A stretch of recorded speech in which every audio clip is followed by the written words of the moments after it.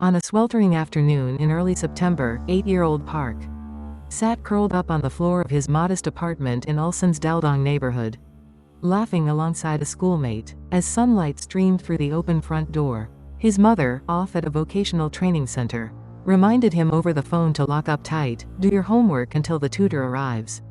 He nodded, okay, and his friend left not long after. The front door remained ajar, an innocent oversight, an invitation. In that hour between 1:45 p.m. and 2:30 p.m., the world beyond the hallway remained oblivious. At about 1:45 p.m., a neighbor glanced through the corridor and saw the entrance unlatched. By 2:30 p.m., the tutor knocked but received no answer. The door was closed shut. No voices, no sounds. Just silence. Then came the crackle of alarm. Around 3 p.m., smoke curled from the 13th floor. Neighbors reported it, firefighters arrived, and inside the blackened apartment lay something far more horrifying than they ever imagined. Park was found in his room, his hands and mouth bound by blue tape, lifeless, scorched, burned. A charred cleaver and baseball bat lay nearby, a gruesome tableau of violence and cruelty.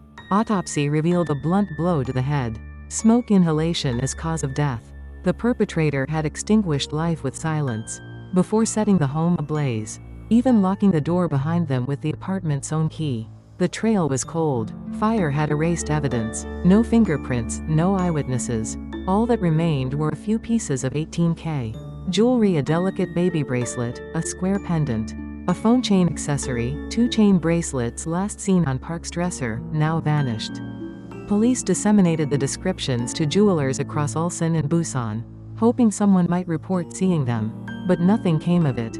Years passed. In 2006, the case rattled the city.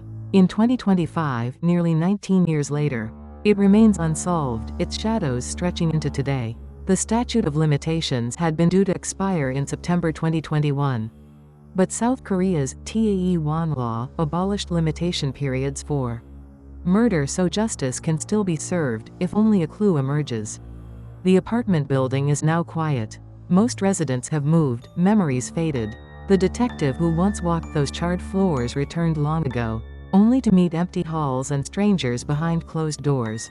Current status: the case remains cold and unresolved. No new leads have surfaced. The sole physical clues, the stolen 18K jewelry, remain missing. Investigators continue to rely on public tips, hoping that someone, somewhere, might recall the pieces, or recognize them in a pawn shop or collection. As long as that glint of metal remains out of sight, hope for resolution persists.